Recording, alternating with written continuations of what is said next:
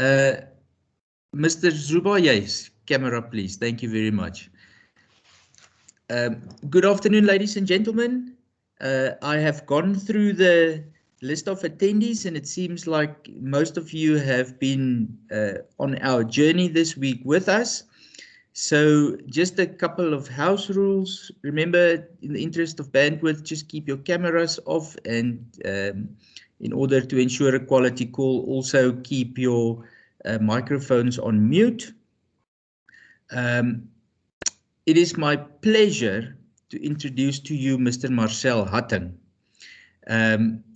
Dr. Marcel Hattingh, if I may say so. Our paths crossed when I attended a similar talk that Marcel hosted for UFS staff, and I immediately was impressed by the man's passion and energy for people, the clear realization that we get the job done as individuals and as teams in organizations. The people-centered focus is what impressed me so much, and you are all part of a project management program, and by now you would have realized that project leadership is a key component to delivering ultimate value in any organization. So Marcel is the co-founder and CEO of CCI Professional. They are a consulting house that specializes in Industry 4 enabled human capital investment strategies. So immediately you can make the tie between the new world of work, the importance of still utilizing people to get the job done, and the work that Marcel does. He also serves on several NGO and private sector boards, and as I say, has a keen interest in this new world of work and delivering value through people still. So Marcel, as per our conversations before these sessions, the purpose of these sessions is to create that bridge between learning and doing for the students, and we do this partly by means of these series of guest lectures where people come and share their industry experience with the students and sort of create that that bridge between what the book says and what it actually looks like in the real world. Yes. So thank you for joining us today. You may share your presentation, and I will make sure that I field any comments or questions that will land up in the chat box on your behalf. So audience, please, yes, you've been very participative to date, so please continue that, and let's make it a nice and interactive conversation. Mr. Lester, may I just ask that you switch off your camera? Thank you.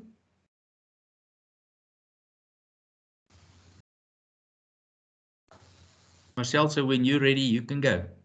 Wonderful. Great. So, ladies and gentlemen, this is really an honor and a privilege being with everybody today. And Dion, to you and your team also, thank you so much for the invitation to come and share some thoughts on what we call crafting a sustainable project management environment. So, ladies and gentlemen, to add on to what Dion said, in my approach towards development and training, especially when we're touching in the academic world, we can very quickly get obsessed by only talking about the knowledge component. But where the world is busy changing at this point in time, there's actually a threefold construct, or the wisdom and the understanding component, that is also very critical in our development as leaders. You know, when I grew up in the Free State in the 80s and the 90s, if I had to do a project or assignment, you used to get on your bicycle and drive through to the local public library to get the knowledge there. Or we went to university to get knowledge because knowledge was not readily available. Nowadays, my primary school children pick up their cell phone, jump onto the internet browser, and basically any form of knowledge, whether it's accurate or inaccurate, is available. The challenge is no longer for us so much to find the knowledge, and then rather understand, how do I apply it? So the wisdom or the practical side is something that I trust today will also be imparted, and there will be some golden nuggets that you can take out of this session and then also move forward and apply it within your specific context. And that's the second point, the context. That's where understanding comes into play. The world of project management, as all of us, I trust, understand, is very, very broad. Project management can be as small as a little project on my desk that I have to take care of, and it can range to a multi-million-dollar international kind of contract that you might be doing, say in the civil industry or wherever that might be. But there are certain universal principles that is critical within all of these environments. And my areas of expertise, and also as Dion introduced me, is specifically focusing on what we call the man component. When I look at a company or I look at a project, I always ask the three questions, especially on the executive level: what is the money, what is the machine, and what is the man? So I understand a little bit about the money. One of my roles is with a company known as Arbor Capital, where I serve within the executive environment. That's the money kind of company. Then also on the machine side, I serve on a number of different boards also where we understand where's the technology going. How do we automate these processes? How do we think of the world and the future of Industry 4? But for me as a person, it remains a core passion within the CCI professional to look at the human component. And I trust today that something in your own heart will be stirred concerning how you look at your own life, but also then the people that you serve. So as Dion also mentioned, CCI Professional, we're a consulting house, and we specialize in Industry 4 human capital investment strategies. We don't necessarily work a lot with HR. HR is another kind of management function. Our focus is predominantly on the executive level and to help understand executives, owners of companies, board of directors, how do we build an investment strategy around the human capital component in order to raise and develop that. And obviously, I'll share some case studies also in how that has taken place. The reason why we exist, and also the main purpose why I'm so excited about today's topic, is the fact that we exist for one purpose only. We empower leaders to create sustainable organizations. So guys, when I talk sustainability and what I imply by that word, also today when we talk about sustainable projects, there is obviously the economic engine side to it, but that for me is not sustainability.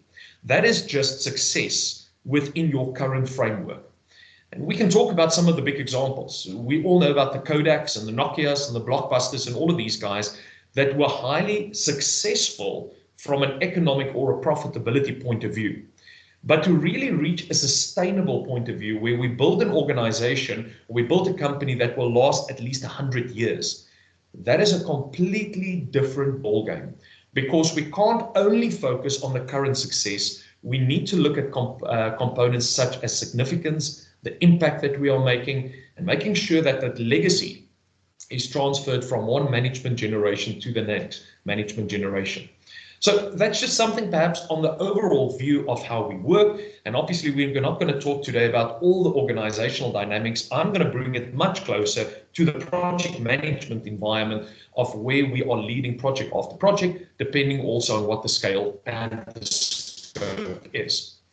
So ladies and gentlemen, with that just as a little bit of introduction also from my side, I want to get right into this conversation of environment. Now, the photo in front of you, I was privileged. I just spoke to Dion about this about 2 weeks ago. I took this photo out in the Makoland area. It's obviously the famous flower season. If you've never had the opportunity to travel our southwestern side of the country, then I want to highly encourage you to put that on a bucket list and go out into that territory. Because guys, the miracle, and I just can't use another word, that transpires in front of you, if you know the area, starting right from even Pofadder, going down to Springbok and then through the Namaqualand area, most of the time of the year, it is this dry and barren land. It's almost desert-like.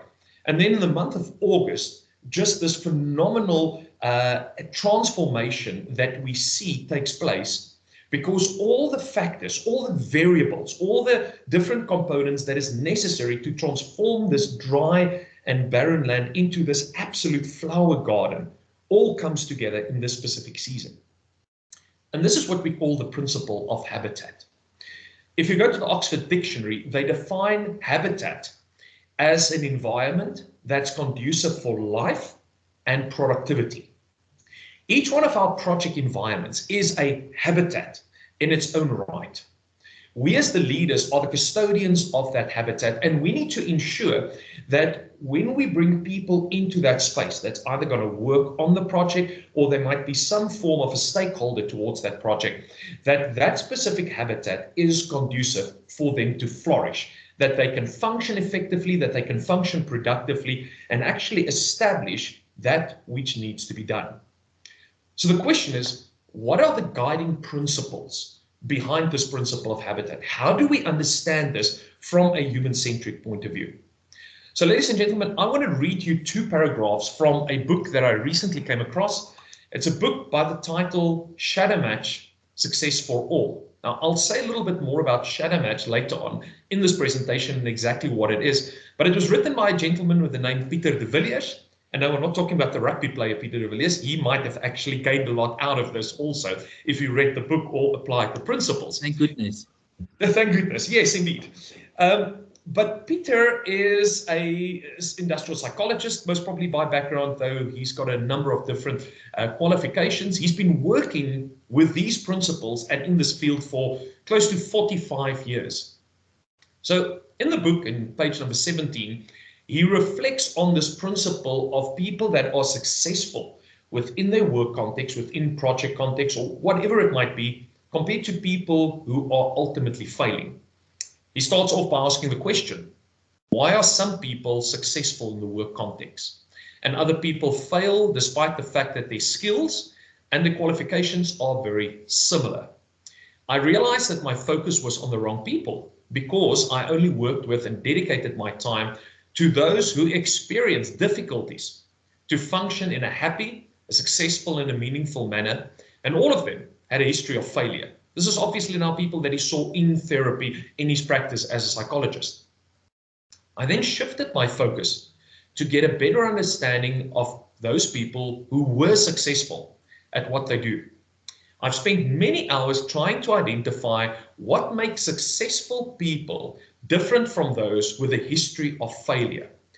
Now, guys, my PhD is in the field of organizational leadership. I had the privilege of studying it within the context of the United States, and we spend hours on end in the coursework section to try to identify this very similar thing. As a leader, what is that golden wand? What is the 7 habits? What is the 21 irrefutable laws? I mean, we've got all these great books and stuff, but what is the golden standard that's going to guarantee you success and the people that you lead success within the project space?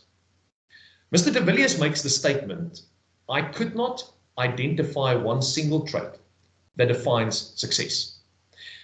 Now, for me as an organizational specialist, this was a very difficult concept the first time I read it, and I started grappling with it because my thoughts immediately went to, well, sir, you most probably haven't read this or you haven't experienced this.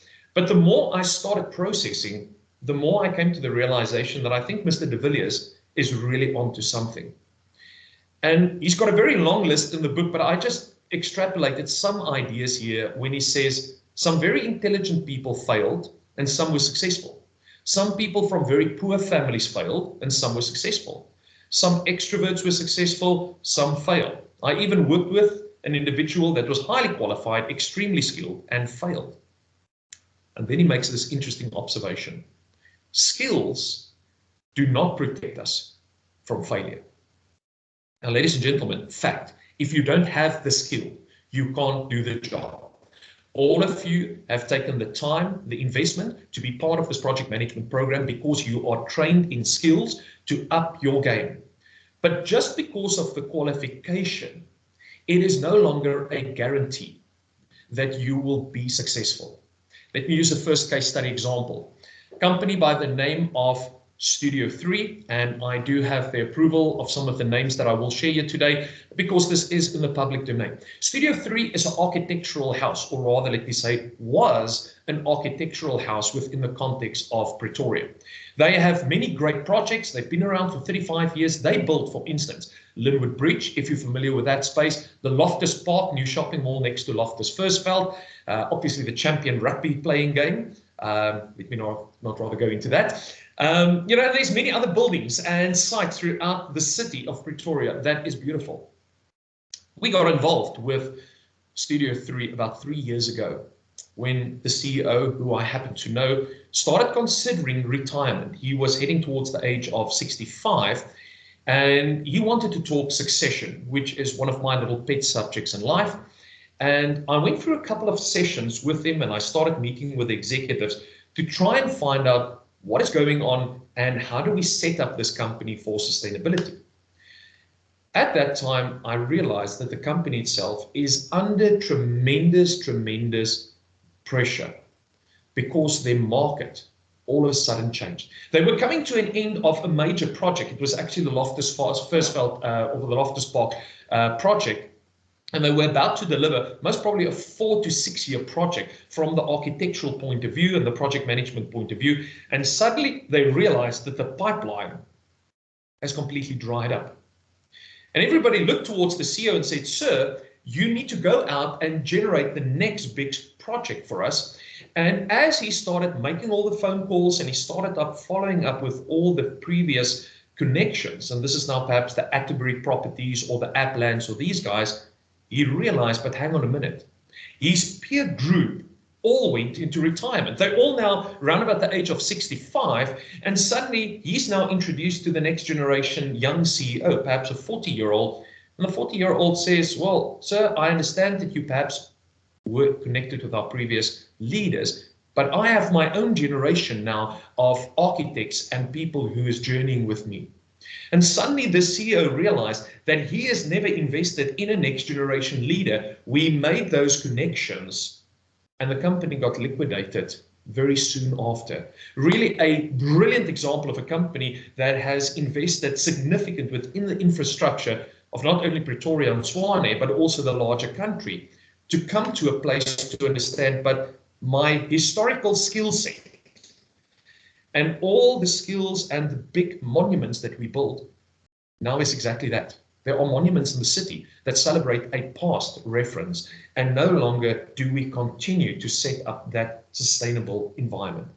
So I fully agree with Mr. de Villiers that skills in itself is not enough to now carry us into the future and help us to remain successful in the workplace, but it is critical. Again, without the skill, we'll not be able to do the work.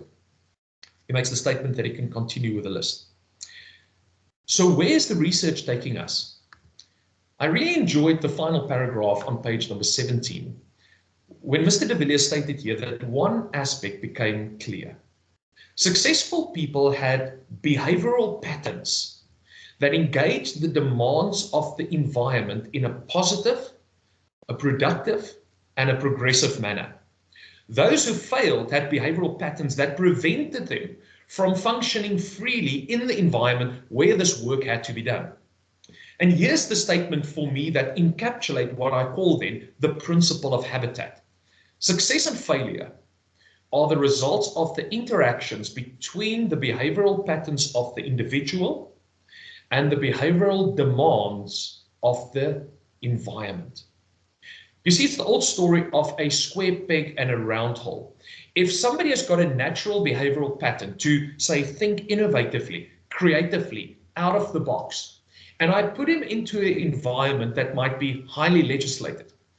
I'm thinking back about 5-6 years ago, I was doing a seminar on innovation and creativity with a group of chartered accountants in Johannesburg. And very early on in the morning, I saw there was a gentleman sitting very close to the stage from where I was presenting. It was an elderly gentleman, and he was looking very uncomfortable. He was really nervous, and you could see there's engagement, but also on the other side, there's not really engagement. So when we got to tea time, he came up to me and he said, you know, Marcel, I just need to introduce myself, and I just need to share with you that I am highly uncomfortable with the topic that our leaders have picked for us for the day. And I said, sir, please just share with me is there something wrong in my presentation? What's going on? He said, no, you need to understand my environment. I've been a CA, a chartered accountant, for the last 30 years or whatever. And he said, there's one golden rule that applies to all of us. When we get creative, when we get innovative, we get locked up. Because the very nature of our job is to catch up the guys on the balance sheets and on the cash flows that's trying to get creative and innovative. He says, we follow a very strict protocol in the way in which we do things. Now, obviously, he understood the principles of innovation and creativity. It was more in the organizational context and dynamic. But for me, it very much served this similar principle to say that if the person is wired to do things in a very strict, very disciplined, very structured way, and all of a sudden I put them in an environment that requires freedom and creativity and out-of-the-box thinking, the person, even though they might have the skill set, is going to experience a lot of pressure to function in a freely and a productive and a progressive manner. So, ladies and gentlemen, this is the principle that I want to start off today's session. And again, if you ask me, Marcel, what is the one golden thing, the one nugget that I would love you to take out of this conversation, it would be this final statement. That we as leaders, especially in the project space, needs to become sensitive towards what kind of project environment are we setting up, are we working in, and what are the people that we are bringing on board? Do they fit this kind of project? Or is there a dislocation? And obviously, during the course of this presentation, I will assist you how to even measure that in a very, very scientific way. Marcel. Yes, Dion, please. Chris posted a question because the conversation that we've had to date now is on individual level. And he said, does it come down to company culture then? And I think it links to your last statement. Does it comes down to company culture? If the company is not conducive, positive, productive, or progressive, then you're not creating that environment for the individual as well, I assume. Yes. Well, Dion, this is unfortunately going to open a can of worms if we start talking culture also here today. So I really appreciate the question because it is spot on. Let me say two things about organizational culture. The first thing is organizational culture is established on three pillars. The mindsets of the individuals, and obviously depending on your function and position in the company, your mindset as the CEO definitely contributes more towards the company culture than, say, for instance, the security guard at the front gate. But that's the one pillar. The second pillar, which we have just touched on, is the behavioral patterns of the individual. The way in which we act and the way in which we do things has got an enormous influence. Number three, the systems that we find ourselves in, whether it's corporate governance system, whether it's legislative systems, whether it's just our automated technologies, it has an enormous impact on how the culture is expressed. And then obviously there's now a legion of subcategories like values and beliefs and worldview that fits into the mindset. Actions, rituals, behaviors, habitat, all of that are behaviors. Policies, procedures, etc., is all part of it. So yes, culture plays an enormous role. But out of all of those components, it seems to us that the research are indicating that the behavioral component is most probably one of the most critical role players, whether I fit this environment or not. And I will show some examples of that very clearly later on also in the presentation, but it's definitely a company cultural thing also. Yes, we want to design company culture, but unfortunately it's not a complete canvas. There are certain realities that we need to discover and we need to work also with those realities. So it's a tug of war between intentionality and discovering what is. Thank you. Wonderful. So, ladies and gentlemen, let me jump back right into our presentation mode also here towards our next slide. So, when we talk about environment, ladies and gentlemen, it is critical that we must have the conversation, or let me rather use the plural, conversations about the future of work. I'm not going to spend time today to explain the fourth industrial revolution, or as we call it for short, Industry 4. But ladies and gentlemen, as leaders in the world of work, we cannot but sensitize ourselves to the fact that the world is rapidly changing. if you had to ask me, Marcel, what is the effect of the pandemic, then most probably my response would be not too much. Apart from the fact that it's like a turbo engine that is plugged into this Industry 4 enablement and driving the changes in the world just at an exponentially higher level. The fact that we're having this seminar as a webinar or online was in any case something that Industry 4 is bringing towards us. The requirements that we perhaps can't meet physically on campus is almost just a by idea to the fact that Industry 4 technology is helping us to move forward. I personally am not a specialist on the technological side, the machine side. Again, my focus is what is happening to human beings, our pace of life, our turbulence, our understanding, and how do we keep our people healthy and engaged in an environment that is rapidly changing. One of these statements is made by Professor Klaus Schwab. I don't know if you've ever read some of his works, highly recommendable. He's the founder and the chairperson of the World Economic Forum. They are one of the leading voices globally that writes and predicts quite a lot of the changes that we are seeing. Now, in his book, The Fourth Industrial Revolution, very appropriately titled, he makes this statement.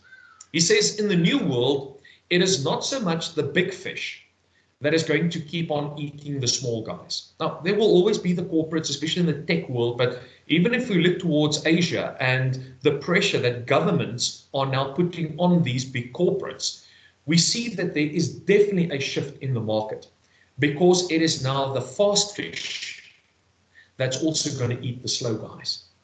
If you're perhaps in the technology space and you've got a project of the development of an app, you don't longer need to be a big guy with the best app developers that is in your company right now, because you can get a young guy sitting in India at the age of 18 that's read anything and everything on app development. He has played with it since the age of 10. He's most probably a more creative forward thinker than most people you'll find in South Africa. You can outsource the project to him, and within 2 or 3 weeks, he can develop the entire app. Suddenly, we need to shift our very localized mindset to a very broad global competitive mindset and ask, how do I move quick enough before someone else in the global space develops a competitive advantage or bring a technology that disrupts my environment to the forefront? I need to start stretching my paradigm because the environment is no longer just localized. Similar to you perhaps having a flower bed back at home. It was nice taking care of your flowers, but it's a very different story if you get in your car and you drive out to the Namaqualand region and look at these endless fields, hundreds of kilometers of flower beds. That is the kind of environments that we are moving into. Now, ladies and gentlemen, how do we understand and how do we map an environment? I want to share with you one short model here today, and I've sent through my notes also to Dion, but you're welcome just to take a photo of this. Let me tell you about the case study that I was involved in within the civil engineering space. This is a very, very large civil engineering company, proudly South African, though they've got some international capital behind it. I was contacted by the CEO of the company in 2016 that asked, Marcel, will you please come on board and help me to develop a program that was known as the Future Business Leaders? This is almost our next generation of executive leaders. All of these are qualified engineers. They are very highly developed and in project management, but we see there is business acumen connected with them. And we want to raise them in that business acumen. We don't necessarily want to send them just all for the MBA qualification. Many of them already had the MBA. We want them to get practical. I said, sir, no problem. I've spent many years in the academic space. Obviously, we still do a lot of training and development. And I went all the way for what we call here A9, this last little block on the right bottom side, personal mastery. Let's train your future business leaders. Let's develop your first future business leaders. Let's give them the skill and the acumen, and they're going to run this company towards the future. And I was highly excited. So we started the training with the guys, 3-year program that we structured. 7 months in, one of the, I want to call him the crown princes, came to me and said, Marcel, I'm frustrated. I said, sir, why? What's going on? It says we are being taught all of these groundbreaking paradigms. We are being taught all of these out-of-the-box thinking, and it's brilliant. Yet, the current executives and the current shareholders are not budging 1 inch. We can't change the environment. They don't want to move. And I said, sir, just hang on there. We are not here to train you to be Exco right now. It's a future investment program. And I kept on training, and 2 months later, he handed in his resignation. And I thought, man, this is not good. So I spoke to the CEO and I said, well, there's probably a couple of reasons why the person decided. He got a good job offer from one of the competitors in their Exco. And 2 months later, the second guy came to me. Now we're at about 12 months into the 3 years, and I had exactly the same conversation. 2 months after he resigned, number 3 came to me, and we had exactly the same conversation. And I realized, hang on a moment, something here is not working. And what I realized very quickly, it wasn't the age-old story of the human capital director and the FD having the conversation asking, so what if we spend all this money on our people and they leave? And then the human capital director would say, well, what if we don't spend any money and the people actually decide to stay? That was not what was happening here. What was happening here is the fact that we took the next generation of managers and we were dramatically changing and influencing their paradigms on Industry 4 business principles. And yet their current generation was somewhere later on when we did the evaluation between an Industry 2 and an Industry 3 mindset. And the people started feeling highly dislocated. And it's interesting, it wasn't just on business level. The real fight started on project level, because people were looking towards project management protocols and skills, and they've got 5 different sectors in which they work. And then some of the executives that were still the project leaders compared to these guys that were actually the hand-on managers started clashing and bumping heads because of philosophical issues they started picking up. Marcel, yes. I found that so real, and Dion would know which company I'm talking about. We did a development program for one of the steel companies, and they faced exactly that thing, and it was carnage. And the problem was, at the end of the day, the problem was these guys never ever made a loss, ever. Yes. So they had all of these people in their 60s that when the guys in the 40s that has to build the future come to them, they say to them, I don't care what you say with your new toys, right? I've built this business, it's never ever made a loss, right? We are the success in the business. And they just, that older generation just could not see that if they don't stand out of the way, the business is not going to continue. But they never in all the years had a loss. So they didn't fathom that, that success is maybe their biggest failure, because if they don't do something, and also they lost such good people. I know on the program, you go like, these guys are all stars, and they just go. Because as soon as they knew what you were saying, and then you come and enforce it, then they know they're right.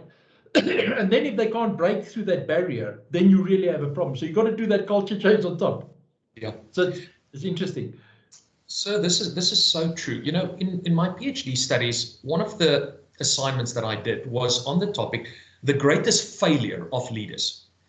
Yes, and there were some interesting hypotheses that came to the table. So what is the greatest failures of leaders?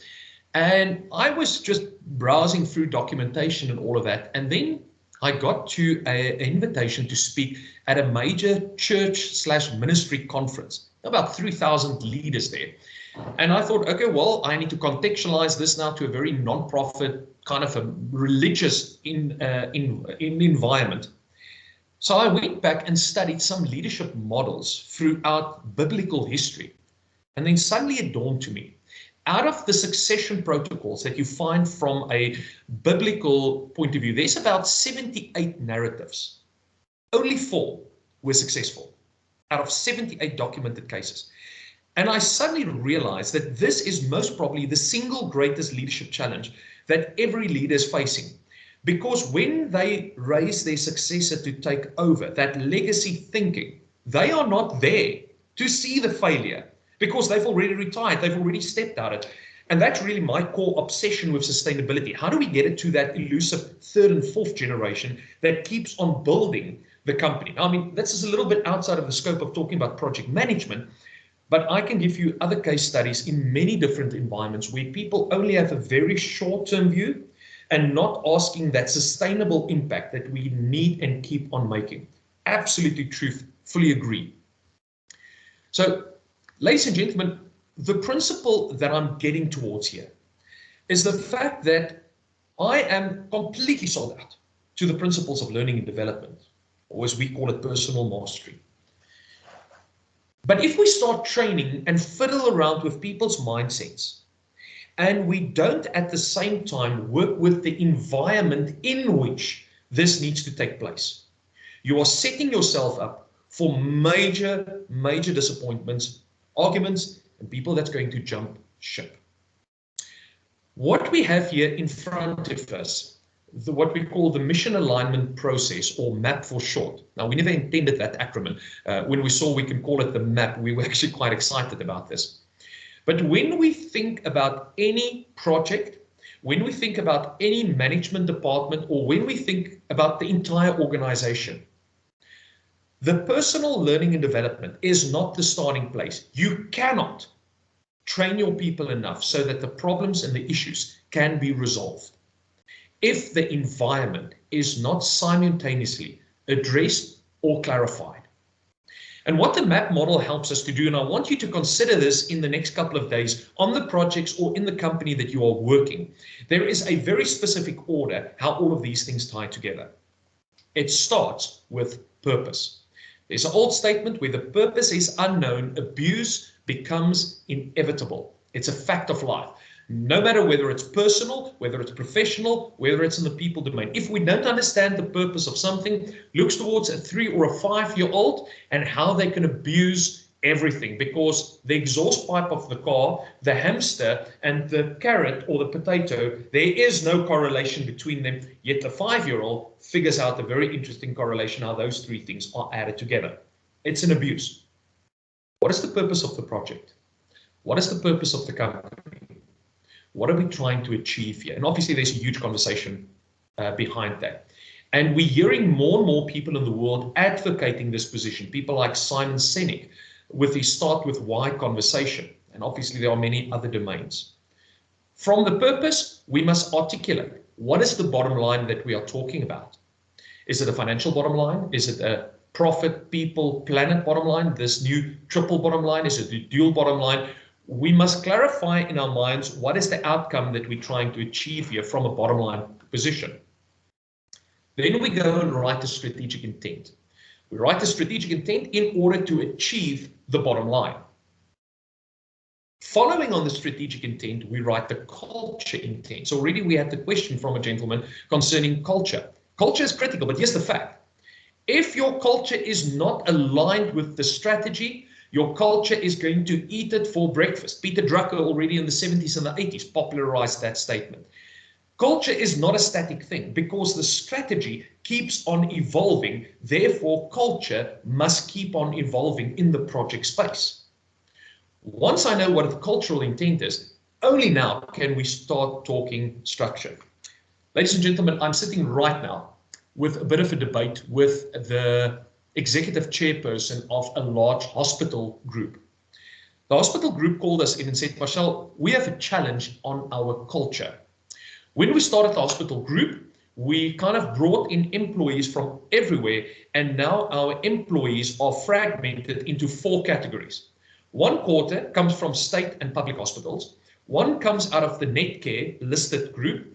1/4 comes out of the Mediclinic group, and then there's the Life Healthcare group. And we've got these 4 factions, and the structures are just not working. I said, sir, understand exactly where you're coming from. First thing that we need to do, I need to understand what is your purpose, bottom line, strategy. And then we go and design a culture for your hospital group that would serve and empower that strategy. He said, makes perfect sense. 2 weeks later, I pick up the phone. I said, sir, can we sign the contract? Can we get going? He said, Marcel, there's a small little problem. We've got some structural issues. We need to make a couple of changes to executive level, to management level, and to people running with the medical staff. And I said, I understand that, sir. We will get to structure. but structure follows culture. He just became quiet on the other side. He said, yes, but we must get the structural issue sorted out. I said, sir, I fully agree. But structure follows culture. If you're going to make all the structural changes right now, and we start off with culture, I almost want to guarantee you that we're just going to repeat the exercise. I first need to know what is the behavioral patterns that this hospital group is looking for. I need to know what is the mindset. I need to know how do you want the people to interrelate with each other. Only then can I tell you, are we building a mafia structure? Are we building a hierarchical structure? Are we building a matrix? Are we building a team of team structure? Are we building a holacracy? Because the structures on your human capital side follows the kind of culture intent. If there's a dislocation, if there's a misalignment there, your people are going to get frustrated. Once we know the structure, let's talk sustainability. This is the capital needs. What is the kind of cash flow that we need? What is the kind of resources that we need? Human, man, machine on all of those levels. And obviously here we talk things like succession. Ladies and gentlemen, and then we get to the more operational side. So I've got my project team sorted out. I know what the sustainability is. I know what the outcomes are. Now we need to talk performance. Because if the performance metrics is not accurately aligned to the kind of sustainability and structures that we're looking for, we're going to run into problems. Is it performance management? Is it performance by outcomes? Is it performance mastery? You know, because there's a lot of different performance philosophies. And again, those things need to plug into the previous alignments. Then we can get to team dynamics. And finally, we end off our journey of mapping the environment by understanding what kind of personal mastery is required. Mr. de Villiers tells a story, and this case study is published on the website of the Shadow Match group. He got involved in a project in a very large mining group. He doesn't list the name of the group, but this project group was running with some innovative project idea. Peter de Villiers got involved in this process 36 months into the project schedule, and they were already 7 months overdue. So the project timeline was basically 2.5 years. And then the executive person phoned him and said, Peter, we need assistance. The project team has only progressed something like 17%, and they're already overdue by 7 months. This thing is not getting delivered. Can you please come and help us to understand where is the challenge? We've got some of our top project managers on the process, a great team, and yet we're not delivering. Peter went into the environment, he mapped it out, and then he said, my recommendation is please redeploy the entire project management team, because there's not a single person in this team that fits the environment requirement that you are looking for. And they were completely flabbergasted, said, but why do you want to do this? This is our top guys. He said, I fully agree, but they're not top for this project. He gave them a spec and said, I need people to align to this outcome of behavioral patterns. So they did a quick test in the large group, and they found about 10 or 15 individuals to say they fit the criteria. And they said, but you are mad. These guys have got nothing to do with each other. The one is in procurement, the other one is somewhere in human resources, the other one is in finance, the other one is in actual. He said, get me those guys, and I will manage this 3-year project for you.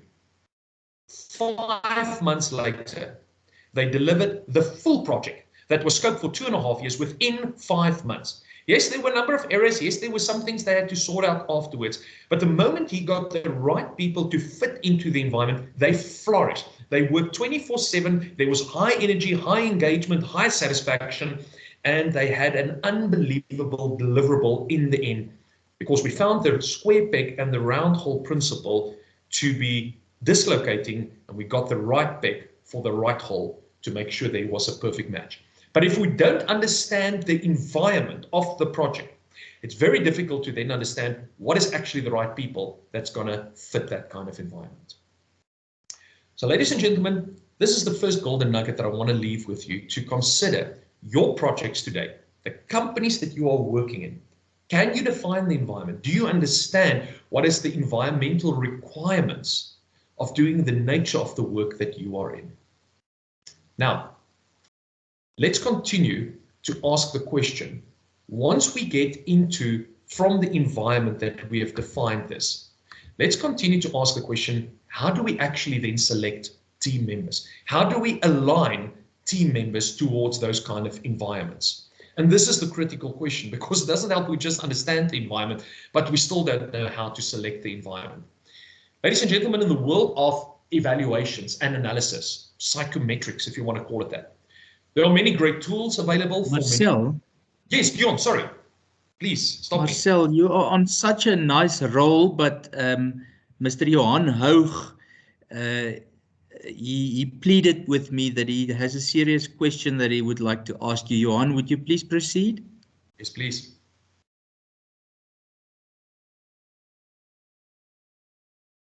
Johan, you can unmute and ask the question.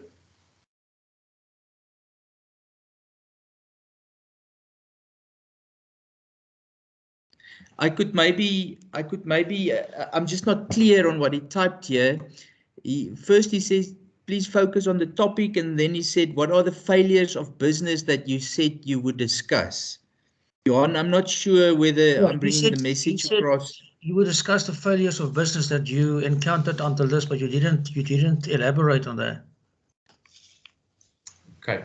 So are you referring to the case study that I referenced in terms of the civil engineering space and the fact that they lost their next generation of leaders because of the dislocation?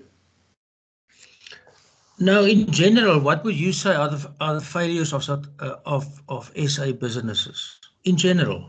Oh, you're asking a generalized question. now I'm putting myself in very dangerous territory. Because you referred to Peter Drucker, he actually spelled that out very, very clearly in the late 70s. Yes, I'm very well familiar with a number of different postulations on that. I'm also fully aware, working in the global space, that the highly cultural and worldview diverse teams that we are working with in South Africa is a very different landscape towards where Mr. Drucker was in a very homogenic environment within the USA, most probably in those years. Not that I'm undermining, I think, any of the principles that he is referring to, but I would most probably summarize from my experiences and the research that we are conducting that there are three major threats within the business environment that we are struggling with. The first thing is to create a sustainable economic engine. And all the changes we're seeing, whether it's corruption that's playing in, whether it's state capture issues, whether it's the change of the landscape itself, leaders who are not able to create a sustainable engine for their economic aspects are under serious threat. You can have all the best intentions of the world, and this is not only for business. I do a lot of work in the non-profit sector that for some reason think if they stand on the street corner and beg for almoses that they're going to be sustainable. That is just not the truth. So that is the first big problem. Whether we're talking cash flow, whether we're talking EBITDA, whether we're talking balance sheet, we can obviously elaborate. The second point that I think is a major crisis is the fact that leaders are not quick enough to transition towards an Industry 4 mindset and understand what the future of work will be looking like. And we can again talk about the Kodaks, the blockbuster movies, the Nokias, and I mean, there's a whole series of problems there. We know that there is a list of jobs that within the next 5 years will be obsolete, or you will not be economically competitive anymore in the market. The World Economic Forum publishes those lists continuously. And if your company have, well, I don't even want to say a significant amount of those roles, every person that's still doing that role. Let me take a very plain example, a data capturer. You employ a data capturer. If you are not actively looking at an automated solution through the Internet of Things to capture your data, you are going to run into serious economic problems, because the startup business of the young entrepreneur next door, which doesn't have business baggage, is most probably going to start off from the start doing at a fraction of the price, more accurate, and a 24/7 input section. We must transition our own mindset to ask the question, what does the world, the future world of work entail? And then the third one, which is now obviously my game, is the misalignment between our people and the environment. We have uninspired workspaces. We have people who are just going through the motion. There is no true engagement. There's no job satisfaction. The term that I use, and please excuse me for this, very sensitive, we call it corporate prostitution, because that's exactly what it is. A prostitute is somebody that sells their body for the sake of money outside of its created purpose. Every day I work with leaders that sits in an office space, in a project space, that just go through the motion to do the work, but they are utterly disengaged and unhappy. Not because of what they are doing, but because of the expectations of the environment on them. If we can just get people to a place where they flourish and enjoy their work, businesses succeed always in those kind of environments. So, sir, that's my 2 cents take on it. Obviously, there are many debates we can have, but the economic engine problems that we're having, the future of work, and finding alignment for our people, I would say is most probably your 3 biggest drivers to business failure that we are seeing right now. Thanks, are you Marcel. satisfied Thank by you my for I response? think the I can question. still add a lot to that. On the 10th of July, I had a discussion with the European Union on the Roros Island about the future of work and the careers that we need to engage with between 2021 and 2030. And obviously there was this one report by the World Economic Forum. Unfortunately, I attended one of those forums at Davos with Deloitte and Touche and with the previous Minister of Finance. Yes. But anyway, my company, the Balance Scorecard Institute of South Africa, was formed with Kaplan and Horton from the Harvard Business School in 1999, and we've trained 12,000 people. But in all of this, when I've worked with First National Bank, and I'm going to use this name of this bank, the reason why people didn't succeed was because of fear. Mm-hmm. They were fearful, as you said, about expectations. Yes. And I think it has changed now. I'm talking about the days of Chris Ball and Barry Swartz. So that it's then also, of course, Sandra van der Merwe, that I used to work with, Professor Sandra van der Merwe from the Wits Business School, and then from IMD in Switzerland, and I still work with her. But cut a long story short, I think what you've said is so true. And it's a pity, Dion, that these sessions are only an hour.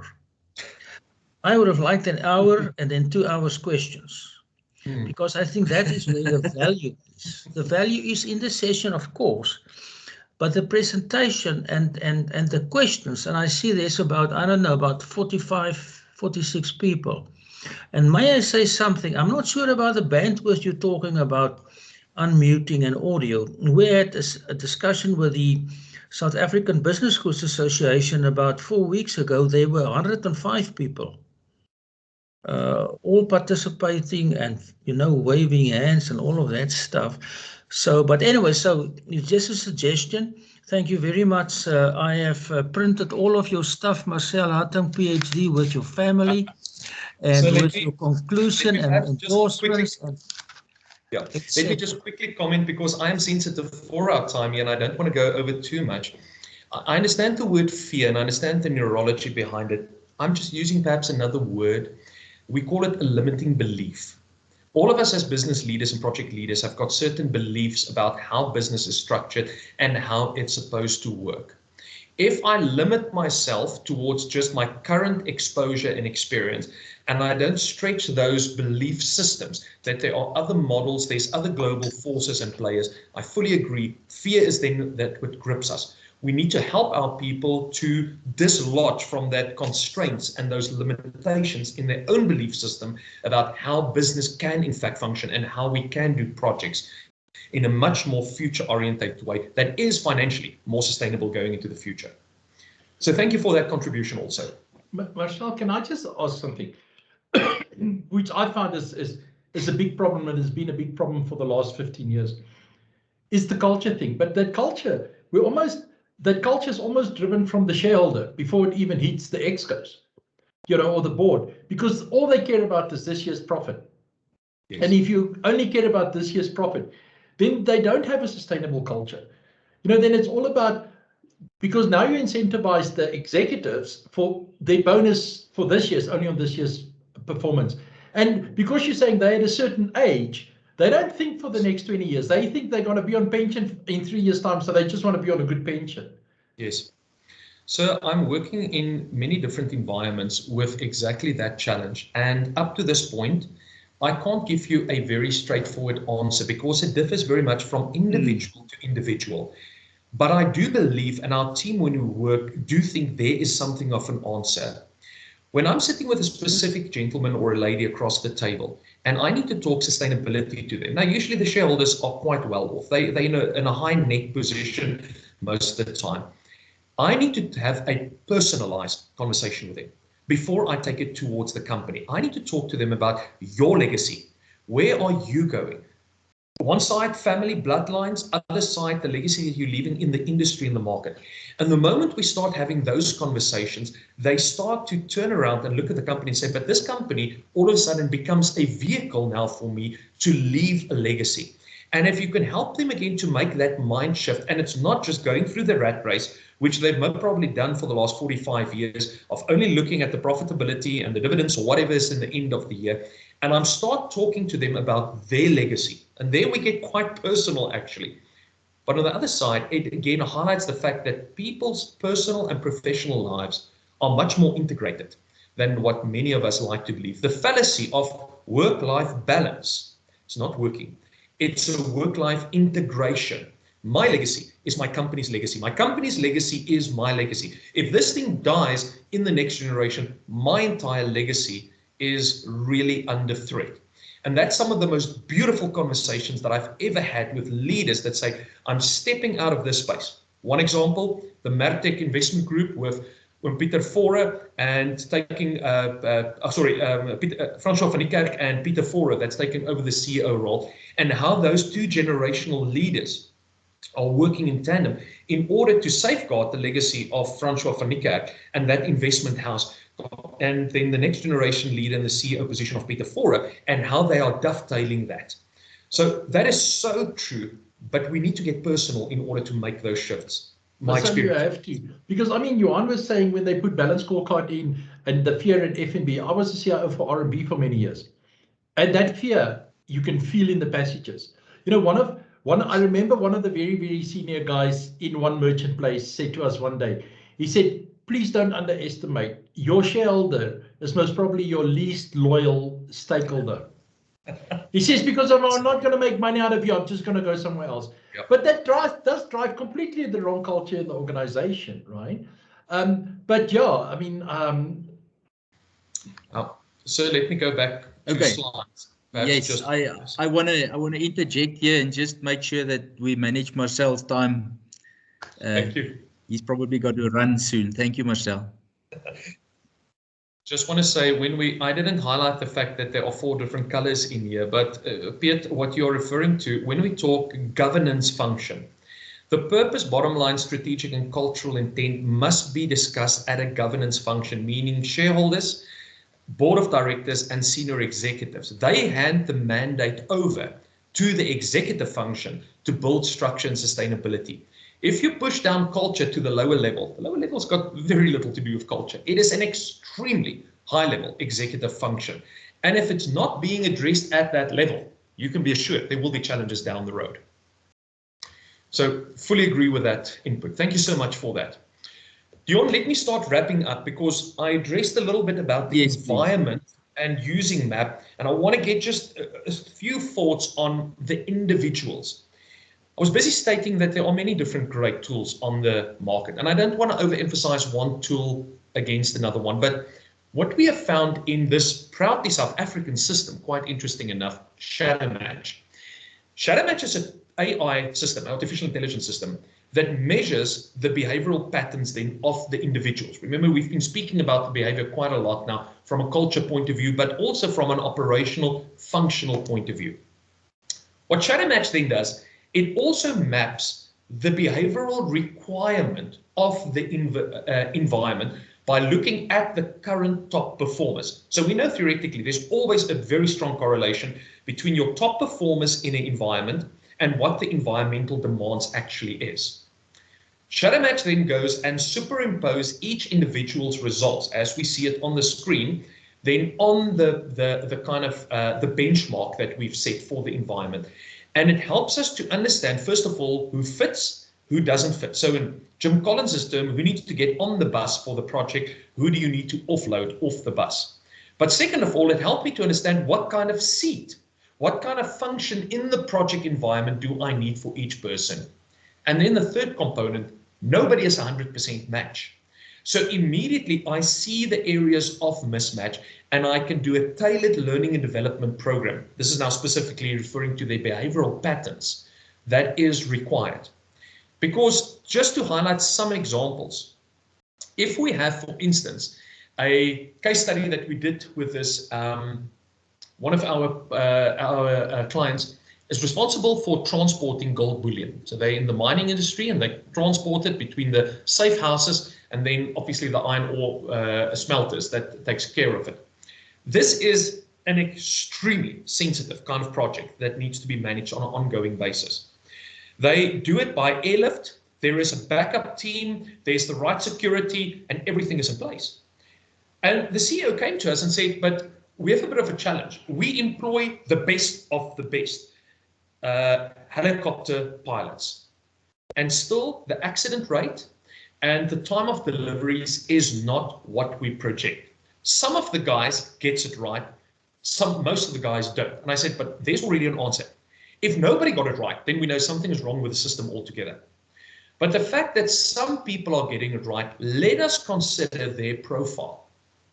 And then interesting enough, when we got their results, aspects, if you can see this on the screen, like self-confidence, was not what this person actually portrayed at 68. Their self-confidence was very low. It's about 32, 35. Problem solving, this one that's at 56, was also fairly low, 34, 33. Propensity to own was very low, again, 30s and 40s. When we looked at all the pilots that were not making it, and yet they claimed to be the best in the industry, their self-confidence were up here in the 60s, their problem solving was in the 60s, their propensity to own was in the 70s. And then we realized that this is exactly the problem. The guys who seemed to be the best in the industry were a bunch of mavericks. They were not flying according to standardized operating procedures. They were looking at the weather and the clouds and the weight and said, no, man, I can deal with this. We'll take on the weather. We'll take on this because I've got the self-confidence. I'll sort out the problems. We think logically, but those are the kind of pilots that we're looking for. But actually the guys that were succeeding were not the guys that were making schemes and plans the whole time, trusting beyond measure their own confidence. They were guys that did things exactly to the book, exactly to the standards, because the environment required that. And really the nice thing is, it's no longer a bunch of fingerwork. There are more than 3 million profiles in the system. It's an automated system, does all the evaluation for every project or for an entire company. I mean, we've got companies as large, well, it's not a company, but UNISA, the University of South Africa. Every year we've got 350,000 students that we take through the process to understand what qualification and what mode of delivery is the best kind of fit for the student, and we can advise them how to grow and develop those kind of behavioral patterns to make sure that my people actually fit the habitat. Is it conducive for them for life?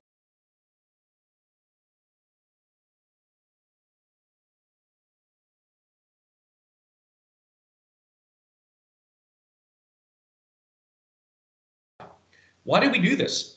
We do this to build sustainable, healthy organizations. I just want to leave you with this thought by Patrick Lencioni. I love the statement. When he says the organizational health, or for that matter, we're talking project management today, your project health is the single greatest competitive advantage that any organization has. It's not just in your people, it's not just in your finance, it's not just in your technologies or your IP or whatever. It's in how healthy that environment is. In other words, how engaged are our people? How satisfied are they? How well do they fit the environment?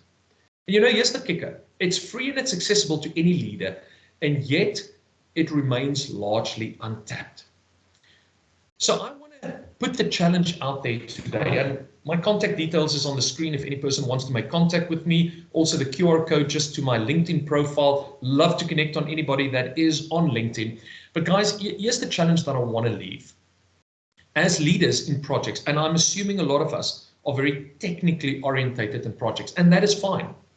But the very nature of project management requires that we look at the machine part, which is the technical side, obviously the money part, but my plea with you is that you don't neglect the human side, the people side, as just, a little report at the back of the Exco pack or the back of the project management pack. But when we come to a place to say, listen, it is equally important to look at money, machine, and man in order to create these healthy projects, these engaged projects, because ultimately, if there's a good connection, people will flourish. They will bring to the table unbelievable ability and engagement, and the results will automatically follow. So again, Dion, thank you so much for inviting me to the session, ladies and gentlemen. I thank you for your time, and I will definitely give a couple of minutes for questions if there are any, so I'm not going to run off immediately. Marcel, thank you so much. Johan has got another question. Johan?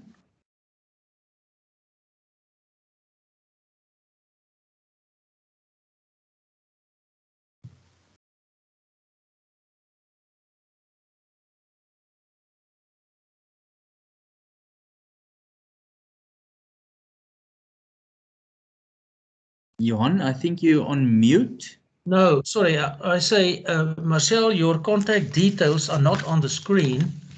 Oh, let me jump back quickly to the sharing of the presentation again. Johan? Can you see it? That's a little boy. Who's the boy? He's just saying thank you for the opportunity.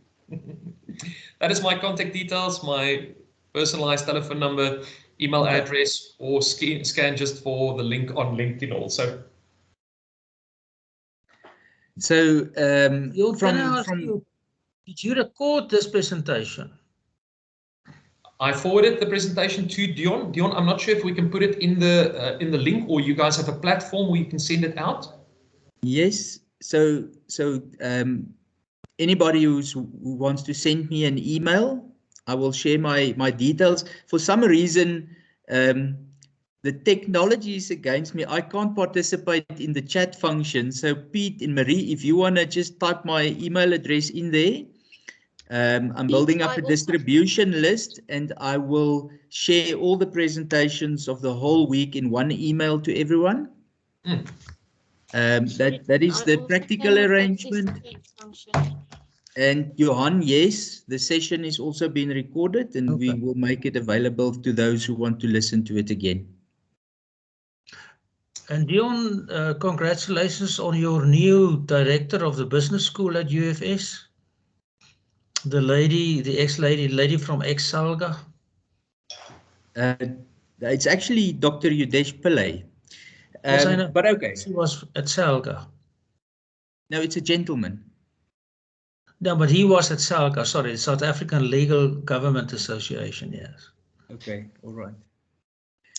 Dion, thank you. Thank you. Yeah, we're looking forward to his arrival. Marcel, we have another hand here from Telly. Thank you, Dion. Hello, Marcel. Thank you very much for an amazing presentation, I must say. Thank you, Telly. Appreciate it. I think, the past couple of days have been quite informative, but today has been, so immensely valuable, just from the information that you've shared. Like, just, I think the way you think about organizations and just the transformation thereof. I think you're a maverick, and I just want to find out, do you have, a YouTube channel or something like that, because I really would enjoy just listening to your views on the world generally. Yes, indeed. No, I do not yet have a YouTube channel. Our CCI Professional YouTube channel, I've got hundreds of videos, but they're unlisted. It's for our internal consulting academy. And I've been asked many times, why didn't I yet start it? It will come in due season. I do a lot of radio interviews, and then I obviously linked it on my my LinkedIn profile. So again, you are welcome to link up there and just scroll through some of my publications, either that I've written or some interviews that I've done all over the place. There's some things on resilience that I've done that's lying around on YouTube, but sir, unfortunately, I've not yet had the opportunity to really invest in a YouTube channel with the right things. So I hope I will get there within the next 2 to 3 years.